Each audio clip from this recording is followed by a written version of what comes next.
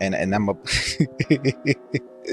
and I'll bring up my, because I didn't go through this, and my wife was telling me about this, and I know people who went through this, but I didn't.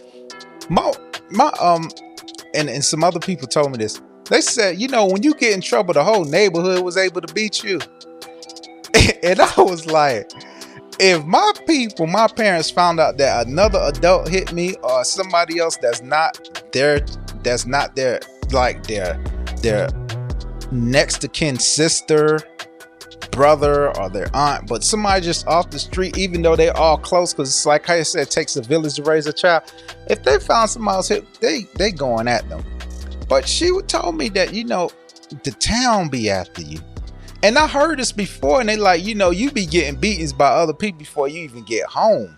And I was like, wow. But I understood it because these people looked at it as, you're not such and such child, you're our child. And we're setting a standard for the whole community.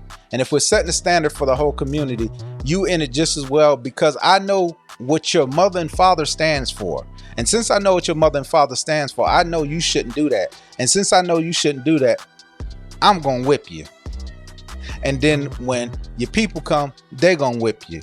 And then when the next person come, they're going to whip you. So, and the reason why I'm saying that is because the chastisement is the thing that changes and that aims and directs a person.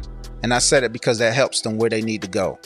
So when that aims and changes a person where they need to go, it'll put them in that stratosphere, that level that I need to do better because there's people that's dependent on me. Versus I just hate this person for hitting me. I hate this person. No, they want you to do better. So let me continue on in the verse so I can show you this.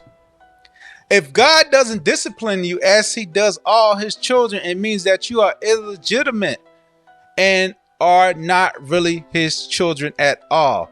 Illegitimate, the word illegal, mate. You're not a legal mate to me. You are not connected to me. Let's go old school. But none. Let's go to Hebrews 12:8, same verse. Old Testament. But if you be without chastisement whereof all are partakers, then you are bastards and not sons. That is scripture.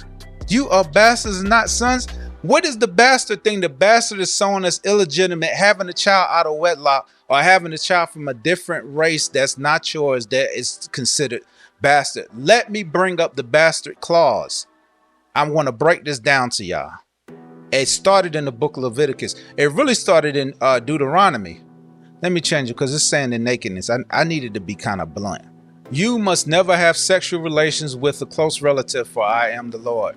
This was the whole clause, and the reason why they was doing this because the father was so important, and the father was the one to chastise. They didn't want to mix, and you had to actually respect who the father was connected to. Do not violate your father by having sexual relations with your mother. She is your mother. You must not have sexual relations with her. I'm showing you this because I want you to understand the clause about it, about the bastard clause.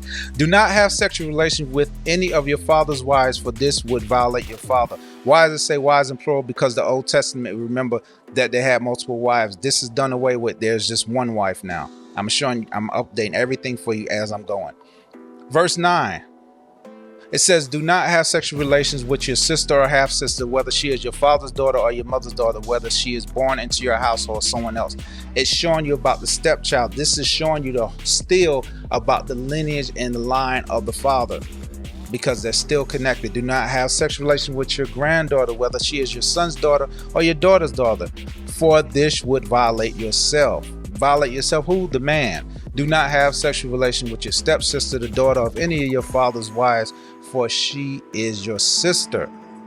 Do not have sexual relations with your father's sister, for she is your father's close relative. That's the thing I was talking about the neighborhood beating you. All this stuff is scripture. Do not have sexual relations with your mother's sister, for she is your mother's close relative. Let me keep going. I'm gonna do one more, and this goes all the way up to verse 20, but I'm gonna stop right here. Do not violate your uncle, your father's brother, by having sexual relations with him, with his wife, for she is your aunt.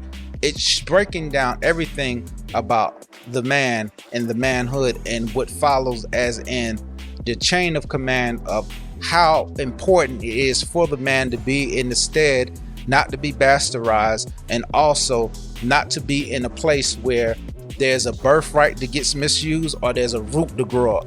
That's why God went against incest.